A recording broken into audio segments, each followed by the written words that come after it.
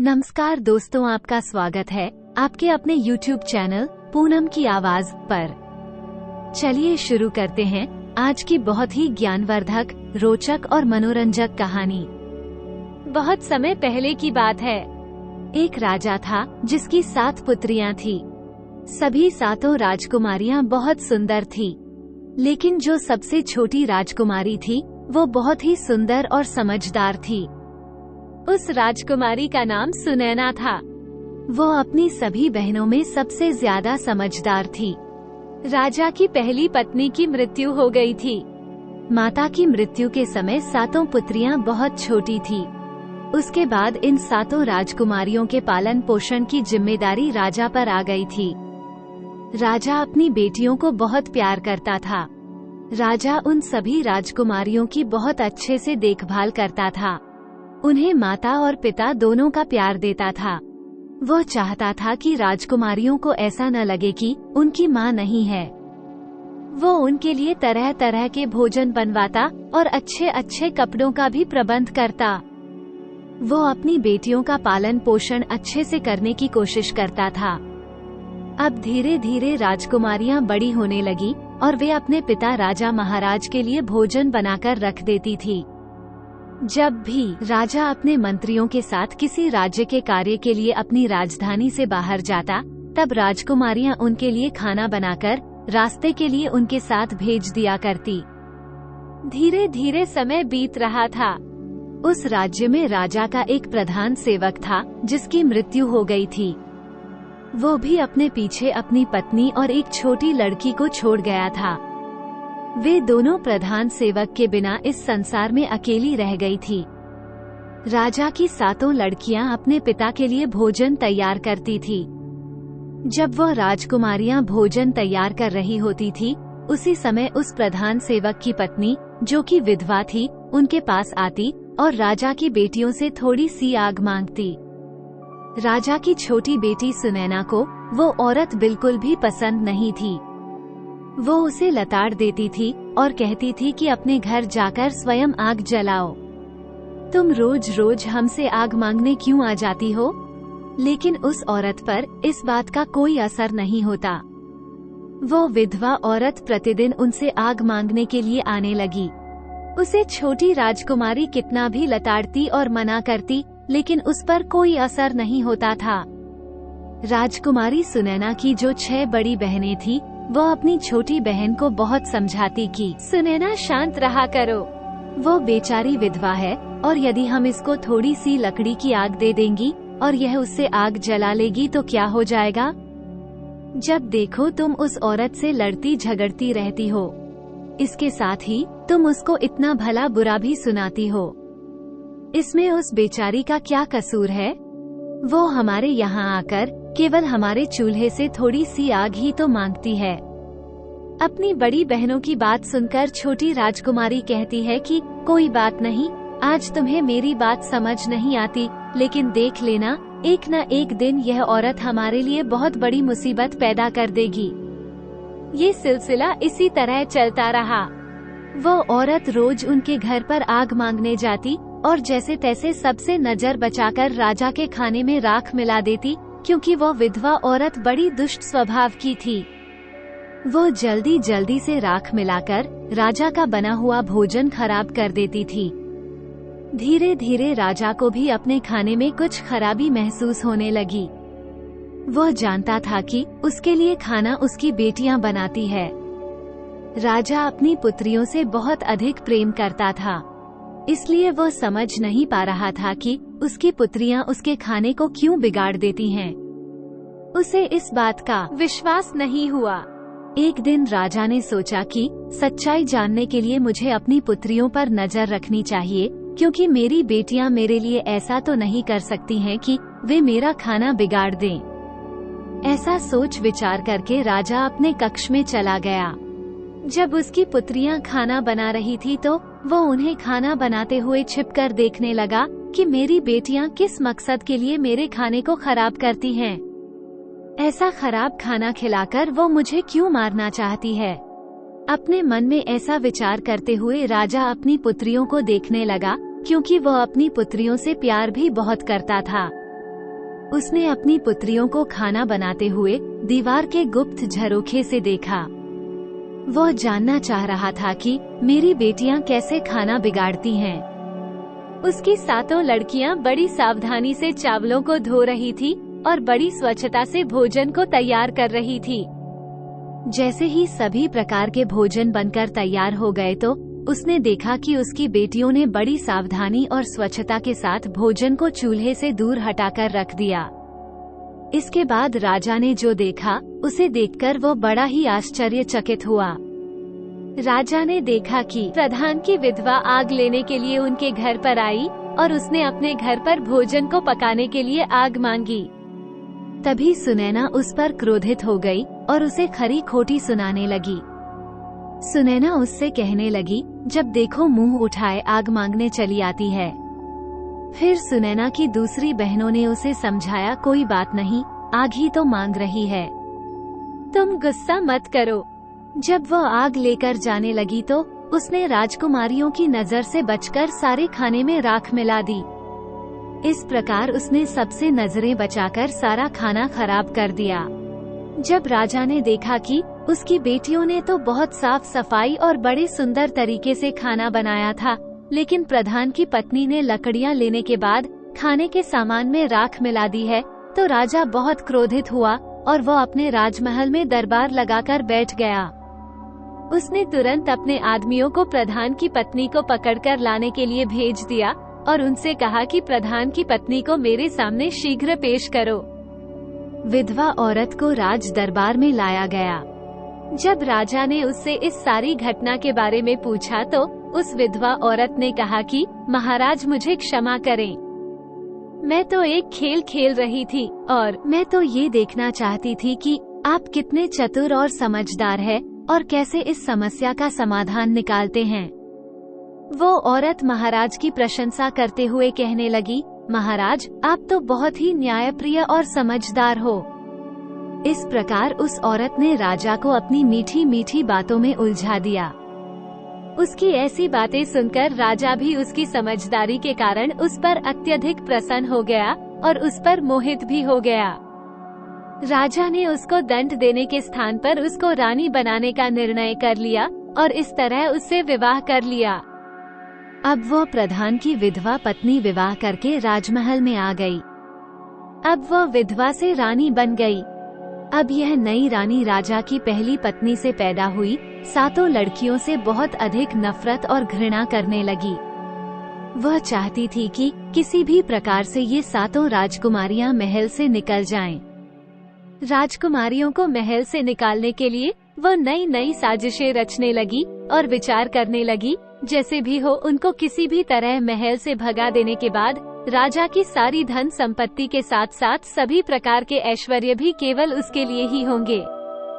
वो और उसकी अपनी पुत्री अब राज करेंगी। वह चाहती थी कि उसकी अपनी पुत्री राजमहल में राजकुमारी बनकर रहे, उसकी अपनी पुत्री को ज्यादा सम्मान मिले। लेकिन राजा अपनी पुत्रियों को भी बहुत प्यार करता था।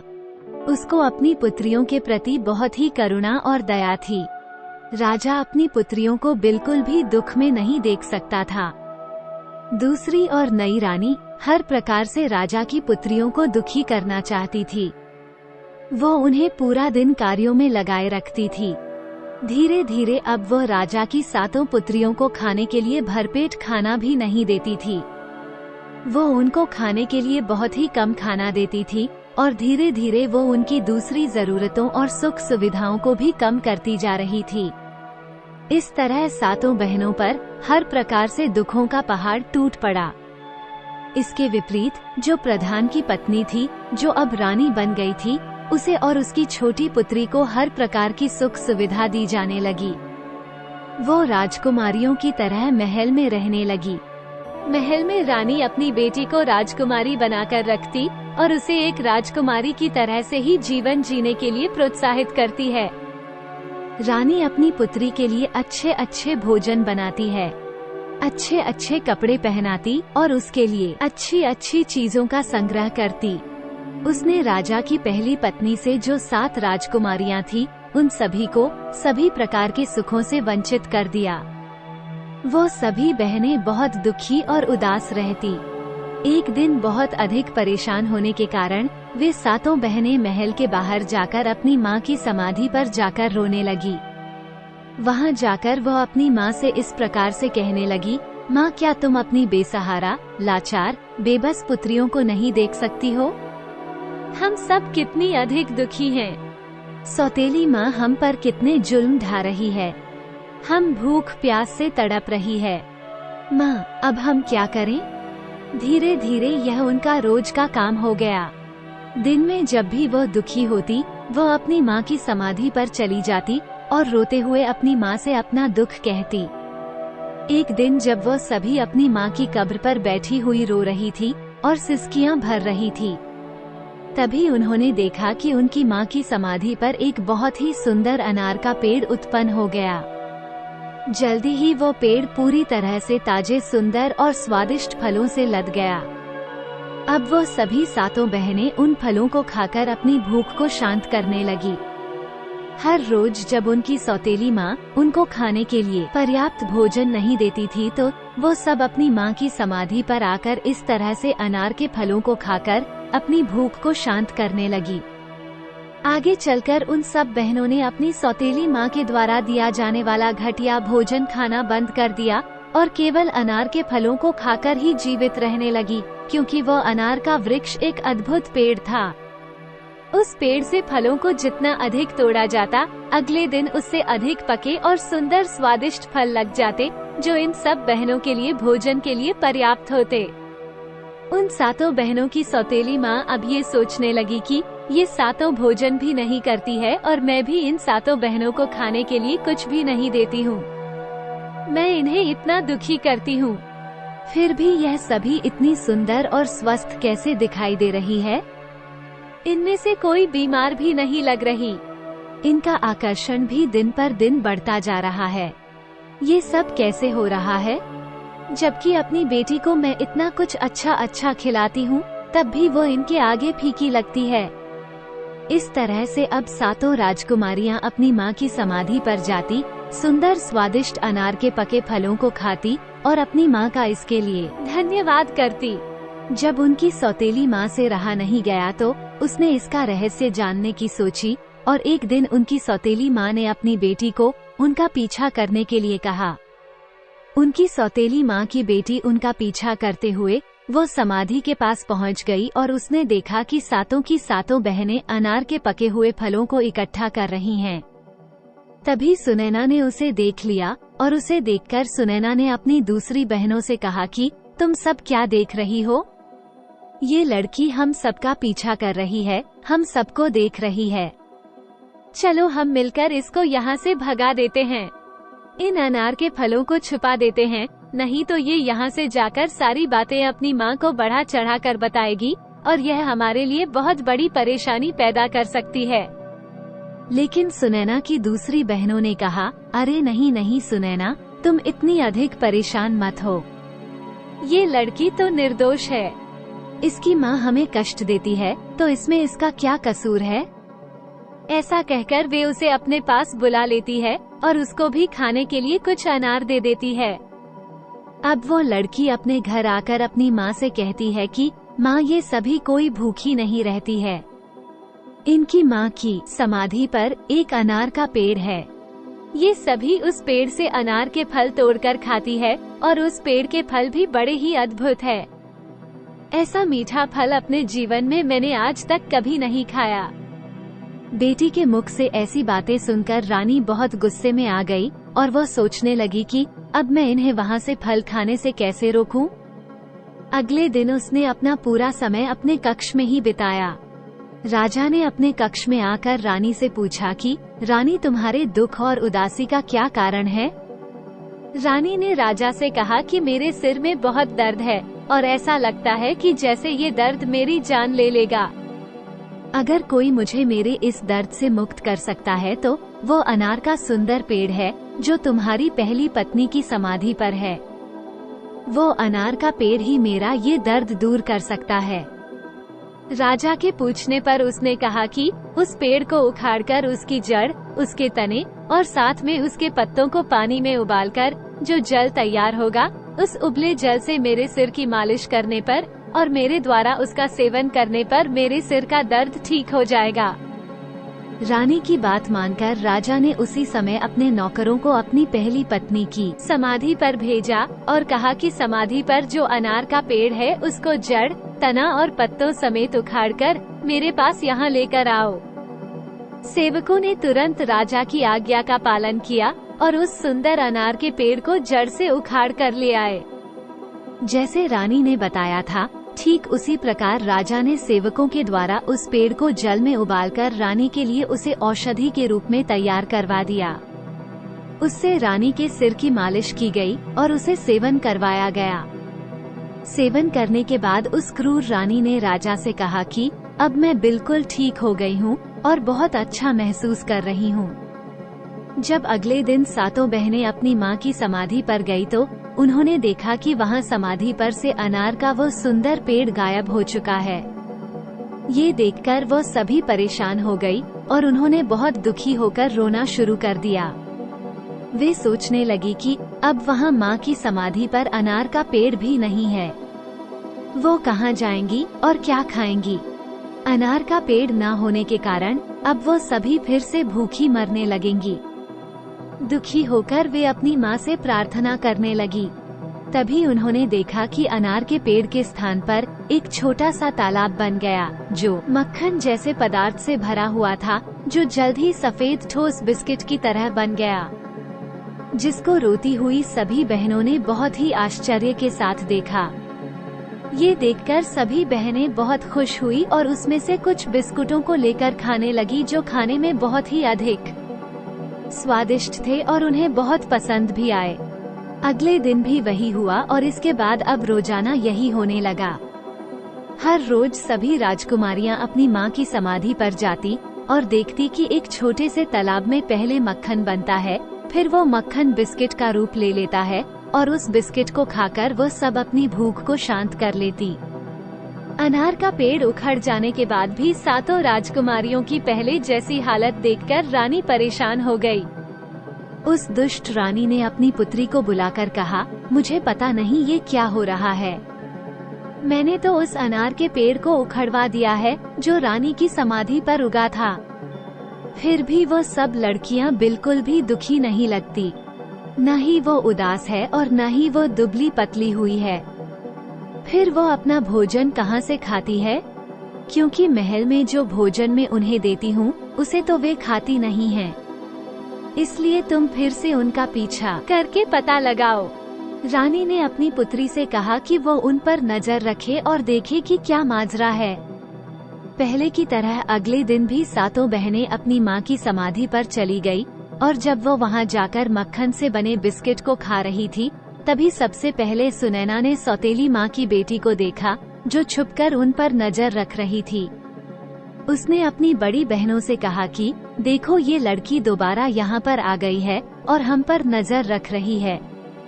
चलो हम इस तालाब को ढक लेते हैं, जिससे वो इस तालाब को नहीं देख सके। अगर हमने अपने बिस्कुट का थोड़ा सा टुकड़ा भी इसको दिया तो ये जाकर अवश्य ही अपनी दुष्ट माँ को बता देगी और यह हमारे लिए दुर्भाग्य की बात होगी, क्योंकि वह दुष्ट रानी फिर से कोई न कोई यंत्र रचेगी।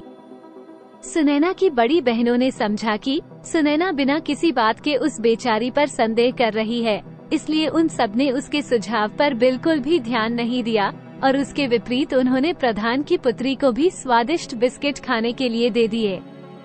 जब उनकी सौतेली माँ को सातों राजकुमारियों के बारे में ये बिस्किट वाली बात पता चली तो वो क्रोध से बहुत लाल पीली होने लगी और उसके साथ ही उसने अपने नौकरों को बुलाकर कहा कि अभी जाओ, रानी की समाधि को वहाँ से उखाड़ दो और उसके पास में जो छोटा सा तालाब है उस तालाब को कूड़ा करकट आदि से भरकर नष्ट कर दो। इस पर भी रानी संतुष्ट नहीं हुई। एक दिन रानी फिर से भयंकर बीमारी का बहाना करके अपने कक्ष में पड़ी रही और महाराज को बुलाया गया। महाराज ने आकर रानी की बीमारी का कारण जानना चाहा। राजा ने कहा कि चाहे मेरा सारा साम्राज्य बिक जाए, लेकिन मैं तुम्हारी बीमारी को ठीक करने के लिए तुम्हें अच्छे से अच्छे वैद्य को दिखाऊंगा और तुम्हें बिल्कुल ठीक कर दूंगा। लेकिन वह रानी तो अपनी चाल चल रही थी। वो तो स्वभाव से ही दुष्ट थी। तो वो दुष्ट रानी कहने लगी कि इतना कुछ करने की जरूरत नहीं है, मेरे जीवन को तो केवल तुम्हारा एक छोटा सा कार्य ही बचा सकता है। राजा ने कहा, तुम कहो तो सही, जो तुम कहोगी मैं उसे अवश्य पूरा करूंगा। इसके लिए मैं तुमसे प्रतिज्ञा करता हूँ। फिर रानी ने कहा, मेरे जीवन को बचाने के लिए तुम एक आवश्यक कार्य कर दो। आपकी जो पहली पत्नी से 7 राजकुमारियां हैं, आप उनकी हत्या कर दो और उनकी हत्या करने के बाद उनका खून मेरे सर और मेरी हथेलियों पर लगाना। इस तरह से उनकी मृत्यु से मेरा जीवन बच जाएगा। इन शब्दों को सुनकर राजा दुख और पीड़ा से भर गया। उसके पैरों के नीचे से जैसे जमीन ही गायब हो चुकी थी। वो मूर्छित होकर गिरने वाला हो गया, लेकिन फिर भी राजा ने अपने आप को संभाल लिया। राजा को अपनी प्रतिज्ञा टूटने का भय था और वो अपनी राजकुमारियों को भी बहुत प्यार करता था। फिर राजा ने अपना मन को कड़ा किया और राजकुमारियों को तलाश करने लगा। राजा ने अपनी 7 राजकुमारियों को अपनी माँ की समाधि पर बैठे देखा। राजा उनके पास पहुँचा तो उसने देखा कि उसकी 7 पुत्रियां अपनी माँ की समाधि के पास बैठकर रो रही थी। अपनी पुत्रियों की ऐसी हालत देखकर राजा का हृदय कांप उठा, क्योंकि वह अपनी बेटियों से बहुत ही प्रेम करता था। एक तरफ उसकी रानी की इच्छा और राजा की प्रतिज्ञा, और दूसरी तरफ उसकी बेटियों का जीवन। उसे समझ नहीं आ रहा था कि वो क्या करे। अपनी पुत्रियों के पास पहुंचकर राजा प्रेम पूर्वक अपनी पुत्रियों से बोला कि तुम मेरे साथ इस महल से बाहर जंगल में चलो। पिता की बात मानकर वह सभी उसके साथ चल पड़ी।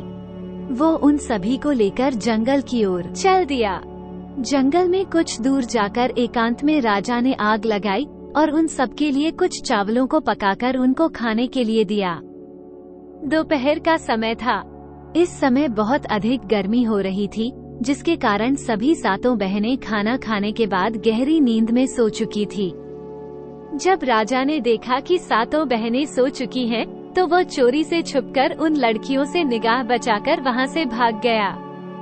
उन सबको गहरी नींद में सोते हुए राजा ने वहीं पर छोड़ दिया। राजा अपने मन में ये सोचकर खुश था कि चलो हमारी पुत्रियां जहां कहीं भी रहेंगी, कम से कम जीवित और ठीक तो रहेंगी। वे अपनी सौतेली माँ के अत्याचारों से तो बची रहेंगी या कहीं जाकर अपना जीवन गुजार लेंगी। साथ ही उसने भगवान से प्रार्थना की कि वो इस एकांत जंगल में उसकी पुत्रियों को भूखे प्यासे किसी जानवर के भोजन के रूप में मृत्यु को प्राप्त हो जाने से बचाए। राजा इस प्रकार सोचते हुए और बार बार भगवान से प्रार्थना करते हुए वहां से चला गया। राजा ने वापस आते समय जंगल में एक हिरण को मारा और उसके खून को लेकर महल में वापस आ गया। उसने रानी के सिर और हथेली पर उस हिरण के खून को लगा दिया। उस क्रूर रानी ने सोचा कि राजा ने सच में 7 राजकुमारियों को मार दिया है। उसने राजा से कहा कि अब वो बिल्कुल ठीक महसूस कर रही है। उधर जंगल में राजा के चले जाने के बाद 7 बहनों की नींद खुल गई। उन्होंने अपने आप को घने जंगल में अकेले पाया। जब उन्होंने अपने चारों तरफ भयंकर जंगली जानवरों के चिंघाड़ने की आवाजों को सुना तो उन आवाजों को सुनते ही वे डरकर कांपने लगी। उनका पूरा शरीर भय से कांपने लगा, जिसके कारण वे सब रोने और चिल्लाने लगी। अपने आप को वहां अकेला पाकर वे अपनी पूरी शक्ति लगाकर अपने पिताजी को पुकारने लगी। उन्हें आशा थी कि उनकी आवाज को सुनकर उनके पिता जरूर आएंगे, लेकिन उन सबको ऐसा करते हुए बहुत समय गुजर गया, लेकिन राजा नहीं आए। उन सबको अपनी आवाज के सिवाय ऐसा सुनाई दे रहा था जैसे बादल गड़गड़ा रहे हो। इसके अतिरिक्त वहाँ कुछ नहीं था। ठीक उसी दिन उस जंगल में एक दूसरे पड़ोसी राज्य के 7 राजकुमार वहाँ शिकार खेलने के उद्देश्य से आए थे। जब वे सब अपने राज्य के लिए प्रस्थान कर रहे थे, तब उन राजकुमारों में से सबसे छोटे राजकुमार ने अपने भाइयों को रोकते हुए कहा कि भाई, जंगल में जरूर कोई फंसा हुआ है और हम सबको उनकी सहायता करने के लिए चलना चाहिए। शायद वे किसी को पुकार रहे हैं। अब सब लोग यही ठहर जाओ। मैं समझता हूँ कोई रो रहा है और किसी को बुला रहा है। क्या तुम सब इस आवाज को नहीं सुन रहे? चलो उस दिशा में चलते हैं जहाँ से यह आवाज आ रही है और तलाश करते हैं कि यह कौन है। इस तरह से छोटे राजकुमार ने अपने 6 भाइयों को बताया तो सातों राजकुमारों ने जंगल को चीरते हुए अपने घोड़ों को उसी दिशा में दौड़ा दिया जिस दिशा से वह रोने की आवाज आ रही थी। कुछ ही समय में वे राजकुमार जंगल में उस जगह पर पहुंच गए जहां पर वे सातों बहनें विलाप करते हुए रो रही थी। उन सबको इस तरह से विलाप करते हुए देखकर राजकुमारों को दया आ गई। सबसे बड़ा राजकुमार बहुत अधिक आश्चर्यचकित हुआ और उसने बड़ी व्यग्रता से उनसे पूछा कि तुम सब यहाँ पर कैसे फंस गई हो और तुम कौन हो? उन राजकुमारियों ने अपनी सारी कहानी उन सातों भाइयों को सुना दी। तब सातों राजकुमारों ने यह निश्चय किया कि भगवान की कृपा से यह सातों राजकुमारियां हमें मिली हैं। इनको हमें अपने साथ अपने राज्य में ले जाना चाहिए और इनके साथ विवाह करके इन्हें अपने साथ ही रखना चाहिए। इस तरह से सबसे बड़े राजकुमार ने सबसे बड़ी राजकुमारी से विवाह किया, दूसरे ने दूसरी राजकुमारी से। इस तरह से सातों राजकुमारों ने विवाह कर लिया। सबसे छोटे राजकुमार ने राजकुमारी सुनैना से विवाह कर लिया, जो कि सबसे अधिक बुद्धिमान और सुंदर थी। 7 राजकुमारों की शादी 7 राजकुमारियों से हो गई। विवाह करने के बाद सातों राजकुमार अपने राज्य में वापस लौट आए। उनके वापस आने पर पूरे राज्य की प्रजा में खुशी की लहर दौड़ गई। करीब 1 साल बाद सुनैना, जो सबसे छोटी राजकुमारी थी, उसको एक बेटा हुआ। बेटा होने पर परिवार के सब लोग खुश थे। उन्हें ऐसा लगता था कि लड़के का एक पिता नहीं बल्कि 7 पिता है और 7 माताएं हैं। वे सब उसे बहुत प्यार करते थे और सब मिलकर अपने बच्चे की तरह उसका पालन पोषण करते थे। इस तरह से धीरे धीरे समय बीतने लगा। वे बहुत खुश थे। इस तरह धीरे धीरे सुनैना का बेटा 2 साल का हो गया। एक दिन 7वें राजकुमार ने अपने भाइयों से कहा कि शिकार खेलने का मन है, मैं शिकार पर जाना चाहता हूँ। उसने अपनी पत्नी सुनैना से भी कहा कि मैं शिकार पर जाना चाहता हूँ। सुनैना और अपने भाइयों से आज्ञा लेकर वह शिकार पर निकल गया, लेकिन कई दिन बीत जाने के बाद भी वो वापस नहीं आया और दिन पर दिन बीतते गए लेकिन राजकुमार नहीं आया। यह कोई नहीं जान सका कि वो कहाँ चला गया और वापस क्यों नहीं आया। ये जानकर राजकुमारी को बहुत दुख हुआ। जब उनके पति कहने लगे कि हम भी वहाँ जाएंगे और उसे ढूंढ कर लाएंगे, उसके भाइयों ने कहा कि वे अपने भाई के बारे में जाकर देखेंगे कि उसके साथ क्या हुआ और वो कहाँ चला गया है। वो सभी 6 राजकुमार छोटे राजकुमार की तलाश में राजमहल से निकल पड़े, लेकिन वे 6 भाई भी वापस नहीं आए। ये जानकर सातों राजकुमारियों को बड़ा दुख हुआ। जब उनके पति वापस नहीं आए तो उनके मन में विचार आने लगे कि उनके पतियों को किसी ने जंगल में मार दिया या उनके साथ कुछ गलत हुआ है।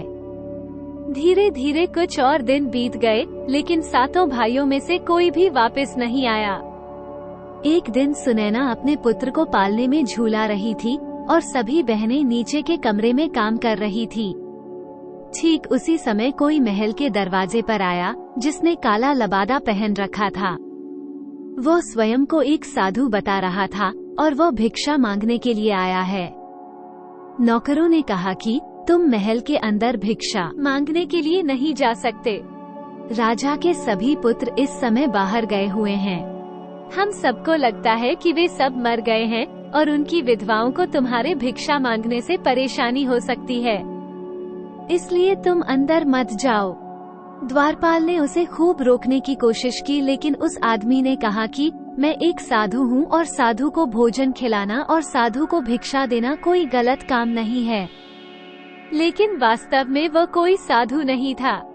वो तो एक जादूगर था जिसका नाम कालिया था। जादूगर कालिया ऐसे ही महल में घुस रहा था और उसने वहाँ पर बहुत सी सुंदर वस्तुओं को देखा।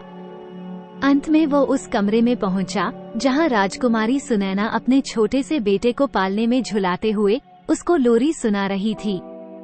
उसको देखते ही जादूगर कालिया ने सोचा कि इतनी अधिक सुंदर औरत जो स्वर्ग की किसी अप्सरा की तरह है, आज तक उसने अपने जीवन में कभी नहीं देखी। राजकुमारी सुनैना को देखकर वो जादूगर उस पर अत्यधिक मोहित हो गया और सीधा उसके पास चला गया।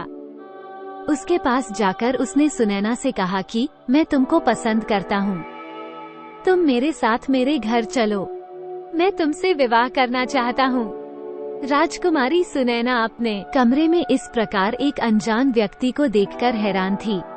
ऊपर से वो व्यक्ति उससे इस प्रकार विवाह करने की बात कर रहा था। राजकुमारी सुनैना ने कहा, मैं शादीशुदा हूँ, मेरा पति है, मुझे डर है कि उसकी मृत्यु हो चुकी है, फिर भी मेरा ये छोटा सा बेटा है जिसके लिए मैं निश्चित रूप से यही रहूंगी और इसका पालन पोषण करूंगी। दुनिया में जीने के लिए मुझे पति के अलावा मुझे अपने बेटे के सहारे की जरूरत है जो मेरे पास है।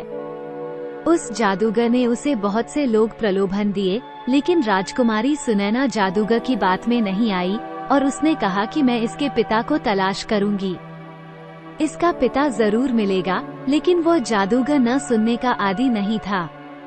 उसे बड़ा गुस्सा आया कि यह राजकुमारी मेरे साथ विवाह करने के लिए राजी नहीं हो रही है, तो उसने उस राजकुमारी को बहुत बार समझाने की कोशिश की, लेकिन सुनैना ने क्रोधित होकर कालिया जादूगर को वहां से जाने के लिए कह दिया। जादूगर कालिया सुनैना पर बहुत क्रोधित हो गया और उसने सुनैना को अपने जादू के बल पर एक छोटे से काले कुत्ते में बदल दिया। जादूगर कालिया ने कहा कि तू अपनी इच्छा से मेरे साथ नहीं चलेगी तो मेरी इच्छा से, मेरी शक्ति से मेरे साथ चलेगी। जब उस जादूगर ने राजकुमारी सुनैना को कुत्ता बना दिया तो कुत्ता बनकर वो इधर उधर भागने लगी। बेचारी के पास कोई शक्ति भी नहीं थी जिससे वह अपनी दूसरी बहनों को बता सके कि उसके साथ क्या हुआ है। विवश होकर वह एक कुत्ते के रूप में अपनी विवशता लिए जादूगर कालिया के इशारे में चलने लगी। जादूगर कालिया जैसे ही महल के दरवाजे से पहुंचा तो द्वारपालों ने उससे पूछा कि तुमने इस छोटे से कुत्ते को कहां से लिया है। तो उस जादूगर ने जवाब दिया कि राजकुमारी ने इस कुत्ते को मुझे एक उपहार के रूप में दिया है। ये सुनते ही द्वारपालों ने उसे कुछ भी पूछे बगैर महल के दरवाजे से बाहर जाने दिया। कुछ समय बाद सुनैना की दूसरी बड़ी बहन ने अपने भांजे के रोने की आवाज सुनी। जब वो सीढ़ियों से चढ़कर उसके कमरे में गई तो उन्होंने देखा कि वहाँ कमरे में कोई भी नहीं था। उन्होंने चारों ओर देखा, लेकिन उन्हें सुनैना कहीं दिखाई भी नहीं दे रही थी। फिर उन्होंने सेवकों से पूछा तो सबने उन्हें बताया कि कोई साधु आया था। उन्होंने उस साधु के काले कुत्ते के बारे में भी उनको बताया। राजकुमारी ने अंदाजा लगा लिया कि जरूर सुनैना के साथ कुछ बुरा हुआ है और वो हमें छोड़कर चली गई है। उसके साथ जरूर कोई षड्यंत्र रचा गया है। अब धीरे धीरे समय गुजरता रहा। सुनैना के पुत्र को 6 मौसियों ने मिलजुल कर पाल लिया और वो अब 14 साल का हो गया था। एक दिन उसकी मौसी उसे अपने परिवार का इतिहास बताने लगी। राजकुमार ने सब कुछ ध्यान से सुना। वो राजकुमार अपने माता पिता और ताऊ के बारे में सुनकर बहुत दुखी हो गया। वो राजकुमार अपने माता पिता और अपने ताऊ को ढूंढने के लिए बड़ा उतावला हो उठा। उसने दृढ़ संकल्प कर लिया कि वो संसार में कहीं भी, किसी भी कोने में, जहाँ भी उसके परिवार वाले होंगे, वो उन्हें ढूंढकर जरूर लाएगा। उसने अपने इस दृढ़ संकल्प को अपनी मौसी को बताया कि वह अपने माता पिता ताऊ को, यदि वे सब जिंदा मिल गए तो सबको ढूंढकर अपने घर वापस लेकर आएगा। उसकी मौसियों को उसके दृढ़ संकल्प के बारे में जानकारी होने पर सब उसे रोकने लगी। वो उससे कहने लगी कि वो अपना विचार बदल दे। वे कहने लगी कि बेटा, जो लोग जाने थे वे लोग चले गए, अब कहीं हम तुम्हें भी न खो दें। हमने अपने पतियों और अपनी बहन को तो खो दिया और अब हम तुम्हें खोना नहीं चाहती। उनकी तरह यदि तुम भी हमसे दूर चले गए तो हम किसके सहारे जिंदा रहेंगे और जिंदा रहकर भी क्या करेंगे। तब लड़के ने अपनी मौसियों से कहा कि तुम मुझे मत रोको। अगर यह संभव हुआ तो मैं अपने साथ अपने माता पिता और ताऊ को भी लेकर जल्दी ही वापस आऊंगा। फिर इस तरह से वो अपनी यात्रा पर चल पड़ा। लेकिन कई महीनों तक वो कुछ भी नहीं समझ सका कि किस प्रकार वे अपने सगे संबंधियों को तलाश करें। और अंत में जब उसने हजारों किलोमीटर की थकाने वाली यात्रा को पूरा किया, तब तक वे लगभग पूरी तरह से निराश हो चुका था। उसको अपने माता पिता और ताऊ के बारे में किसी प्रकार की कोई भी सूचना प्राप्त नहीं हुई थी। इसी बीच वे एक ऐसे देश में पहुंच गया जो पूरी तरह से पत्थरों का देश था। वहां पर बड़ी बड़ी चट्टानें, पेड़, इसके अतिरिक्त एक बहुत ही बड़ी और ऊंची पत्थर की कठोर इमारत थी, जिसके एक किनारे पर एक छोटा सा मकान बना था जिसमें एक माली रहता था। जब वह उस इमारत को देख रहा था, तभी माली की पत्नी ने उसको देख लिया और भागकर उस घर से बाहर आ गई और कहने लगी, अरे बच्चे, तुम कौन हो और तुमने इस खतरनाक स्थान पर आने की हिम्मत कैसे की? उस लड़के ने कहा कि मैं एक राजा का बेटा हूँ। मैं यहाँ अपने माता पिता और अपने ताऊ को ढूंढने आया हूँ। मेरी माँ को एक दुष्ट जादूगर डरा धमकाकर कुत्ता बनाकर अपने साथ ले गया है। उसकी बात सुनकर माली की पत्नी ने कहा कि ये देश और यह स्थान एक महान जादूगर का ही है। उसके पास हर प्रकार की शक्ति है। जो भी व्यक्ति उसकी आज्ञा का उल्लंघन करता है या उसका अपमान करता है, उसको वो अपनी जादू की शक्ति से पत्थर या पेड़ बना देता है। तुम यहाँ पर जो सभी प्रकार के पेड़ और पत्थर देख रहे हो, ये सब कभी जीवित प्राणी थे। इन सबको हमारे मालिक जादूगर ने अपनी शक्ति से इस रूप में बना दिया है। कुछ समय पहले एक राजा यहाँ आया था। उसके कुछ समय बाद उसके 6 भाई भी यहाँ पर आए थे। जादूगर ने उन सबको पत्थर और पेड़ में बदल दिया। केवल यही लोग दुर्भाग्यशाली लोग नहीं थे। इनके अतिरिक्त एक बहुत सुंदर रानी, जिसको उसने इस बड़ी इमारत में कैद करके रखा है, जिसको जादूगर ने पिछले 12 सालों से कैद करके रखा है। जादूगर उससे विवाह करना चाहता है, लेकिन वो जादूगर से नफरत करती है। माली की पत्नी की बातें सुनकर छोटे राजकुमार ने विचार किया, अवश्य ही यह सब मेरे माता पिता और मेरे ताऊ ही है। आखिरकार अंत में मैंने उन सबको खोज ही लिया, जिसके लिए मैं इतने समय से भटक रहा था। इसके बाद उसने अपनी कहानी उस माली की पत्नी को बताई और उससे प्रार्थना की कि वह उसकी सहायता करे। उसने उस माली की पत्नी से कहा कि वो उसे उन बेकसूर और लाचार लोगों के बारे में और अधिक जानकारी दे। उसने माली की पत्नी से विनती की कि वो उन बेकसूर और लाचार लोगों को उस जादूगर से बचाने में उसकी मदद करे। माली की पत्नी ने उसकी बात सुनकर और बेकसूर और लाचार लोगों के बारे में सोचकर उसका साथ देने के लिए उससे वादा कर दिया। उसने सोचा कि हो सकता है कि इसकी मदद करके हम भी इस जादूगर से बच जाएं, क्योंकि वो भी उनके जुल्मों के शिकार थे। इसलिए उसने उस लड़के का साथ देने के लिए हामी भर ली। अब इस तरह से दोनों आपस में मित्र बन गए और माली की पत्नी ने उसको अपना रूप बदलने के लिए कहा। उसने समझाया कि तुम अपना रूप बदल लो, कहीं जादूगर ने तुमको देख लिया तो वो तुम्हें भी पत्थर में बदल देगा। राजकुमार तैयार हो गया और माली की पत्नी ने उस राजकुमार को अपनी एक साड़ी पहना दी और उसे बता दिया कि आज से तुम सबकी नजरों में मेरी पुत्री हो। उसके थोड़े समय बाद ही एक दिन जैसे ही जादूगर कालिया अपने सुंदर बगीचे में घूम रहा था, तभी वहाँ एक छोटी लड़की को देखकर उस जादूगर ने माली की पत्नी को अपने पास बुलाया और उससे पूछा वह लड़की कौन है। तो माली की पत्नी ने कहा कि वह उसकी पुत्री है। इस तरह से जादूगर और राजकुमार की पहली मुलाकात हुई। राजकुमार एक लड़की के भेष में जादूगर से अपनी पहचान छुपाकर मिलता है और जादूगर उसको देखकर उससे कहता है कि तुम बहुत ही सुंदर हो। कल तुम वहाँ बड़ी इमारत में रहने वाली सुंदर औरत के लिए मेरा पहला उपहार लेकर जाओगी। जादूगर की बात सुनकर छोटा राजकुमार बहुत खुश हो गया कि कल वो अपनी माँ के लिए कोई उपहार लेकर जाएगा। जादूगर से मिलने के बाद वो तुरंत माली की पत्नी के पास गया और इस बारे में उसने उसको बताया और विचार विमर्श करने के बाद उसने निश्चय किया कि वह इसी भेष में रहेगा, क्योंकि इस भेष में उसको कोई पहचान नहीं सकता। उसने निर्णय लिया कि उचित अवसर आने पर वह अपनी माँ को छुड़ा लेगा। जब सुनैना की शादी राजकुमार के साथ हुई थी तो राजकुमार ने उसको एक छोटी सी अंगूठी दी थी जिस पर उसका नाम लिखा हुआ था। उस अंगूठी को सुनैना ने तब अपने पुत्र की उंगली में पहना दिया था जब उसका पुत्र बहुत छोटा सा बच्चा था। जब उसका पुत्र समय के साथ बड़ा हुआ तो उसकी मौसियों ने उस अंगूठी का आकार राजकुमार की उंगली के आकार का बनवाकर उसकी उंगली में पहना दिया। इस तरह से वो अंगूठी उस राजकुमार ने अपनी उंगली में अभी भी पहन रखी थी। माली की पत्नी ने राजकुमार को सुझाव दिया कि तुम कुछ ऐसा इस गुलदस्ते में छिपाकर रख दो जिसे देखकर तुम्हारी माँ तुम्हें पहचान जाए, और कहा कि यह सब शीघ्र यथाशीघ्र बिना किसी समस्या के, बिना किसी कठिनाई के संभव नहीं होगा, क्योंकि एक दरबान हमेशा बेचारी राजकुमारी सुनैना के ऊपर नजर रखता था। कैद में होने के कारण उसकी हर समय सख्ती से निगरानी रखी जाती थी। माली की पुत्री के रूप में राजकुमार को हर रोज फूलों का गुलदस्ता जादूगर की तरफ से अपनी माँ तक पहुँचाने का मौका मिल चुका था। अब वो हर रोज फूलों का गुलदस्ता रानी तक पहुँचाने लगा।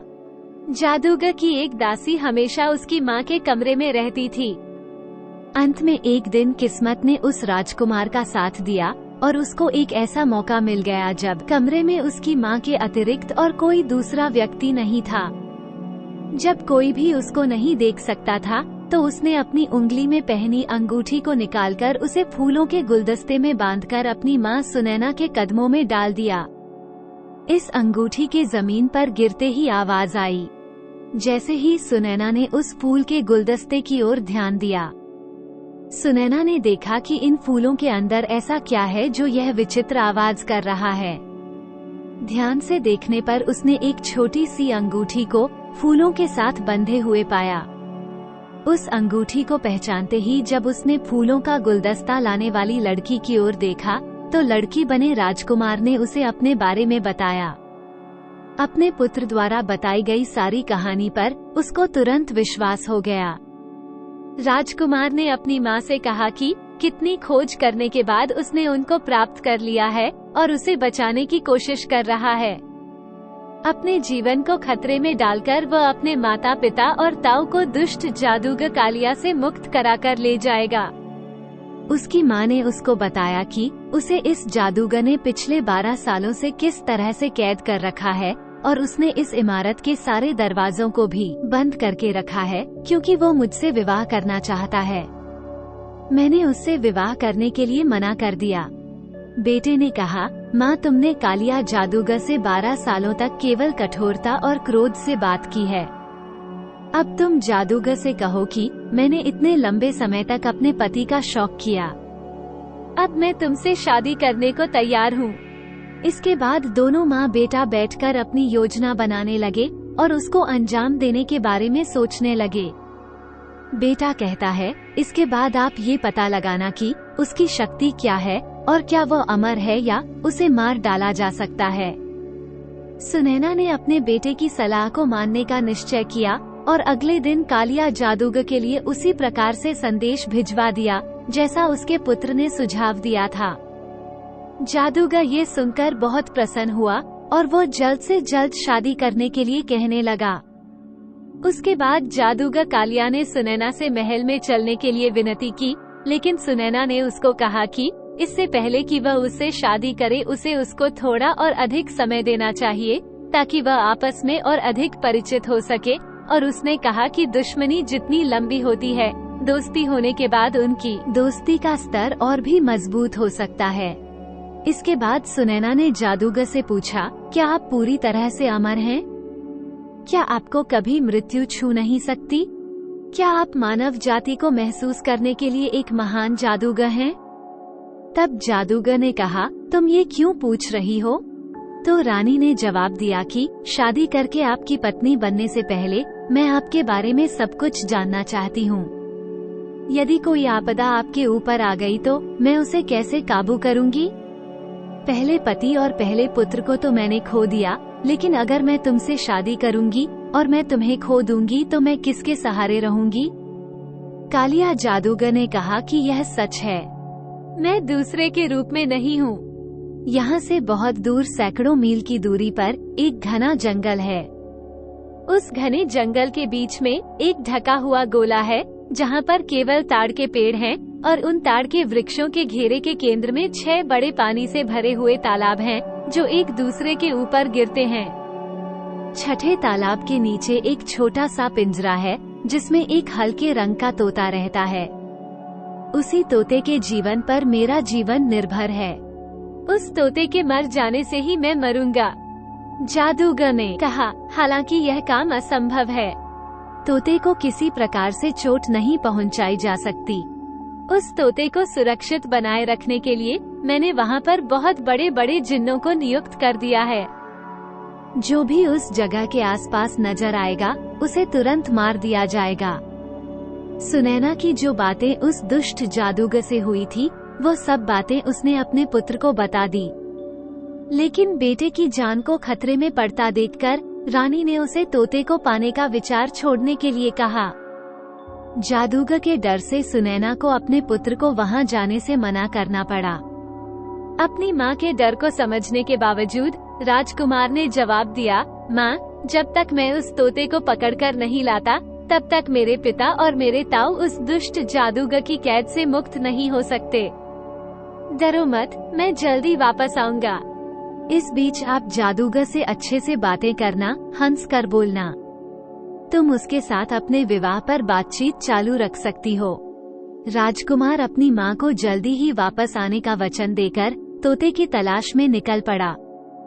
थकाने वाली सैकड़ों मील लंबी यात्रा के बाद आखिर में राजकुमार एक बहुत बड़े और घने जंगल में पहुंच गया। जब वो वहां पहुंचा तब तक लंबे समय में लगातार चलते रहने के कारण वो बुरी तरह से थक चुका था। वहां जंगल में वह एक बड़े छायादार पेड़ के नीचे आराम करने लगा और कुछ ही समय में ठंडी हवा चलने के कारण उसको नींद आ गई। थोड़ी देर के बाद कुछ शोर होने के कारण उसकी आंख खुल गई। उसने इधर उधर देखा तो उसकी निगाह एक विशाल सांप पर पड़ी जो उस पेड़ पर चढ़ने का प्रयास कर रहा था।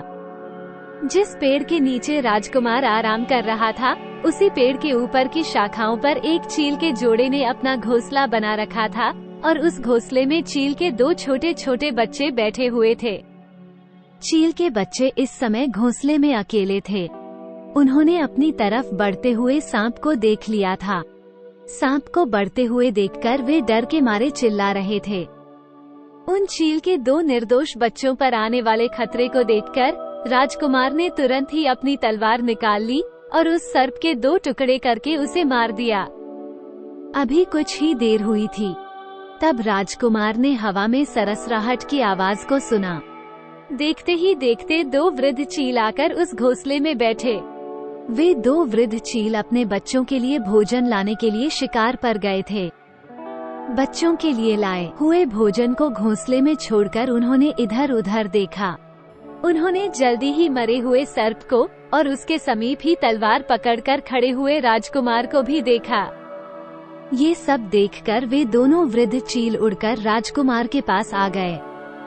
उन बच्चों की माँ मादा चील ने राजकुमार से कहा कि हमारे बच्चों के रक्षक ये क्रूर निर्दयी सांप पिछले कई सालों से इसी तरह मेरे निर्दोष बच्चों को खाकर अपना पेट भरता था, लेकिन आज तुमने इस विषैले सांप को मारकर मेरे बच्चों के जीवन की रक्षा की है।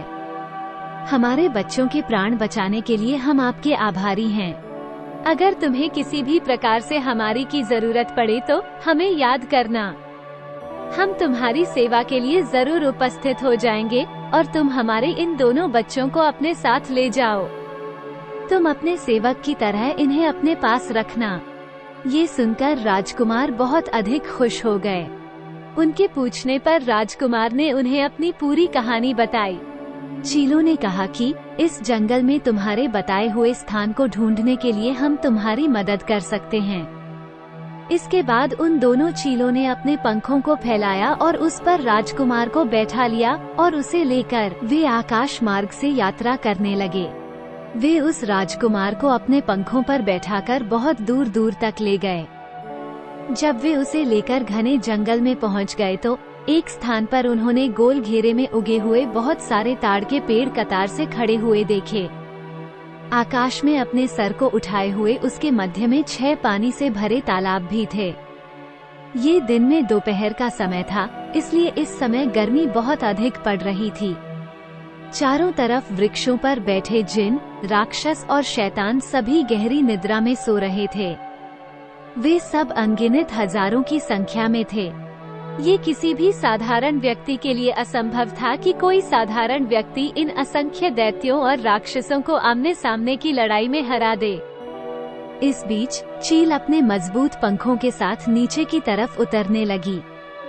जब वो जमीन से थोड़ा ही ऊपर थी, तभी वह राजकुमार चील के पंखों से नीचे जमीन पर कूद पड़ा और उन चीलों के साथ मिलकर राजकुमार ने केवल एक ही प्रयास में उन सभी 6 पानी से भरे तालाब को प्रदूषित कर दिया।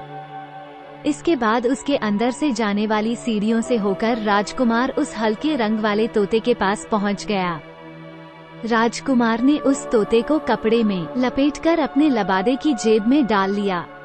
जैसे ही राजकुमार चील के पंखों पर सवार होकर आकाश मार्ग से अपनी यात्रा को चल पड़ा, तब तक नीचे पेड़ों पर रहने वाले सभी जिना, राक्षस और शैतान जो अभी तक सोए हुए थे, वो सभी जाग गए और सभी उनको आकाश में देखकर चिल्लाने लगे। वहाँ जंगल में पूरी तरह से अफरा तफरी मच गई। उन्हें ये पता लगते ही कि उनका खजाना तो गायब हो चुका है, उन सबकी डरावनी चीखों से पूरा जंगल गूंज उठा। सैकड़ों मील की उड़ान भरने के बाद वो चील वहाँ से बहुत दूर अपने घर पर आ गए। यह वही विशाल वृक्ष था जिस पर उनका घोंसला बना हुआ था।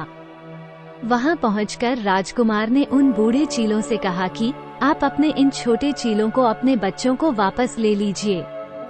इन्होंने मेरे लिए बहुत अच्छा कार्य किया है। अगर मुझे कभी इनकी जरूरत पड़ी तो मैं इनको अवश्य ही बुला लूंगा और आपसे सहायता लेने में मैं कभी नहीं संकोच करूंगा। इसके बाद राजकुमार ने वहां से अपनी वापसी की यात्रा को शुरू कर दिया और वह तब तक चलता रहा जब तक कि वो एक बार फिर से उस दुष्ट जादूगर कालिया के महल तक नहीं पहुंच गया। वो महल के दरवाजे के पास नीचे बगिया में बैठकर उस तोते के साथ खेलने लगा। जादूगर कालिया ने उसे अपने महल की खिड़की से देखा और तुरंत भागकर उस राजकुमार के पास आया और कहा, मेरे बच्चे, तुम इस तोते को कहाँ से लेकर आए हो? तुम इस तोते को मुझे दे दो, इसके लिए मैं तुम्हें बहुत धन दौलत दूंगा। लेकिन राजकुमार ने जादूगर को मना कर दिया। राजकुमार ने कहा कि नहीं, मैं अपने तोते को तुम्हें नहीं दे सकता। ये कई सालों से मेरा प्रिय पालतू पक्षी है। फिर जादूगर ने कहा, अगर ये तुम्हारा पुराना और मनपसंद प्रिय पालतू पक्षी है तो मैं समझ सकता हूँ तुम इसको मुफ्त में तो दोगे नहीं। बताओ तुम इस तोते की क्या कीमत लोगे? राजकुमार ने कहा कि साहब, मैं अपने प्यारे तोते को नहीं बेच सकता। इसलिए जादूगर कालिया बहुत अधिक भयभीत हो गया और उसने कहा, तुम इसके बदले में मुझसे कुछ भी ले सकते हो, बस तुम मुझे ये तोता दे दो। जादूगर की यह बात सुनकर राजकुमार उससे बोला कि चलो ठीक है, अगर तुम इसके बदले में कुछ देना ही चाहते हो तो मैं भी यह तोता तुम्हें दे दूंगा। राजकुमार की बात सुनकर जादूगर खुश होते हुए बोला, ठीक है, बताओ तुम्हें क्या चाहिए? मैं तुम्हें जरूर दूंगा। अब राजकुमार ने कहा, सबसे पहले तो उन 7 राजकुमार राजाओं को मुक्त करो जिसको तुमने पत्थर और वृक्ष बना रखा है। जादूगर ने कहा, ठीक है, तुम्हारी इच्छा पूर्ण होगी, तुम मुझे केवल ये तोता दे दो। इसके बाद सुनैना के पति समेत दूसरे राजा अपने प्राकृतिक रूप में आ गए। फिर कालिया जादूगर ने कहा कि देखो, मैंने इन्हें फिर से ठीक कर दिया है, अब तो मुझे तोता दे दो। लेकिन उस राजकुमार ने कहा, इतनी जल्दी भी क्या है, पहले तुम उन सभी लोगों को आजाद करो जिनको तुमने अपनी कैद में कर रखा है। कालिया जादूगर ने कहा, ठीक है। इसके बाद जैसे ही जादूगर ने अपनी छड़ी को घुमाया, सबके सब प्राणी जो कि पत्थर और वृक्ष बने हुए थे, सब अपने अपने प्राकृतिक शरीर में आ गए। इसके बाद वो पूरा बगीचा जो कुछ समय पहले पत्थरों और वृक्षों से भरा हुआ था, चारों तरफ मानव जीवन की खुशबू से महक आने लगा। वहाँ चारों तरफ इंसान ही इंसान नजर आने लगे जो कि सब जीवित होकर सांसें लेने लगे। राजा, पंडित, नौकर चाकर, सेवक, सरदार, घोड़े, हाथी, सैनिक, न जाने क्या क्या। ताकतवर पुरुष व सुंदर आभूषणों से सुसज्जित औरतें, सैनिकों की टुकड़ियां सब जीवित हो गई। अब जादूगर अपने दोनों हाथ जोड़कर रोते हुए राजकुमार से विनती करने लगा कि तुम मुझे ये तोता दे दो। राजकुमार ने उस तोते को बहुत ही शक्ति से पकड़ लिया और उसके एक पंख को जोर लगाकर उसके शरीर से अलग कर दिया। इसके साथ ही जादूगर का दाहिना हाथ उसके शरीर से अलग हो गया। फिर जादूगर कालिया ने अपने बाएं हाथ को फैलाकर राजकुमार से कहा कि आप ये तोता मुझे दे दो। उसके बाद राजकुमार ने उस तोते के बाएं पंख को उसके शरीर से उखाड़कर कालिया जादूगर की तरफ फेंक दिया, जिससे जादूगर का बायां हाथ भी उसके शरीर से उखड़कर दूर गिर पड़ा। इसके बाद भी वो चिल्लाता रहा कि मुझे मेरा तोता दे दो। कालिया जादूगर अपने घुटनों पर गिर पड़ा। फिर राजकुमार ने उस तोते के पहले दाएं और फिर बाएं पैर को उखाड़कर उसके शरीर से अलग कर दिया। इसके साथ ही कालिया जादूगर के भी दोनों पैर उसके शरीर से उखड़कर उससे दूर जा गिरे। जब कालिया जादूगर के शरीर का कोई अंग उसके साथ नहीं रहा तो वह अपनी आँखों को घुमाते हुए रोते हुए राजकुमार से कहने लगा कि मुझे मेरा तोता दे दो। अब राजकुमार ने उस तोते का सर पकड़कर उसकी गर्दन मरोड़ दी, जिससे उस तोते के प्राण पखेरु उसके शरीर से बाहर निकल गए। इसके साथ ही राजकुमार ने वो तोता कालिया जादूगर के पास फेंक दिया, लेकिन जादूगर कालिया के प्राण पखेरु उसके शरीर को छोड़ चुके थे और वो मर चुका था। इसके बाद राजकुमार के पिता ने अपनी पत्नी सुनैना को बड़ी इमारत से मुक्त किया और इस तरह से राजकुमार अपने सभी संबंधियों के साथ अपने देश के लिए चला गया। दूसरे सभी लोग भी अपने अपने घरों की तरफ चले गए। इस तरह से राजकुमार ने अपने माता पिता और ताऊ को उस दुष्ट जादूगर कालिया की कैद से छुड़ा लिया। अब वो सभी एक सुखी जीवन जीने लगे। उसकी मौसी जो उन सभी का इंतजार कर रही थी, वो भी अपने पति को देखकर बहुत खुश हो गई और सुख से अपना जीवन व्यतीत करने लगी। आशा करते हैं आपको हमारी यह कहानी पसंद आई होगी। आपको हमारी यह कहानी कैसी लगी कमेंट करके जरूर बताएं। आपको हमारी यह कहानी पसंद आई हो तो वीडियो को लाइक करें, चैनल को सब्सक्राइब करें। वीडियो को अंत तक देखने के लिए आपका बहुत बहुत धन्यवाद।